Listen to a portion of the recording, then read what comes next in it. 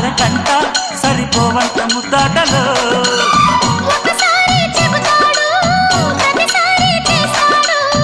అంటూనే చీపాడు అందంతో రాపాడు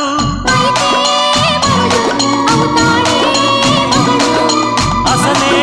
రతివి అవుతావే సతివి ఘుంఘుమాయించు కొంచెం లవ్లగాయించు లంచం మన్మధించింది మంత్రం మంచం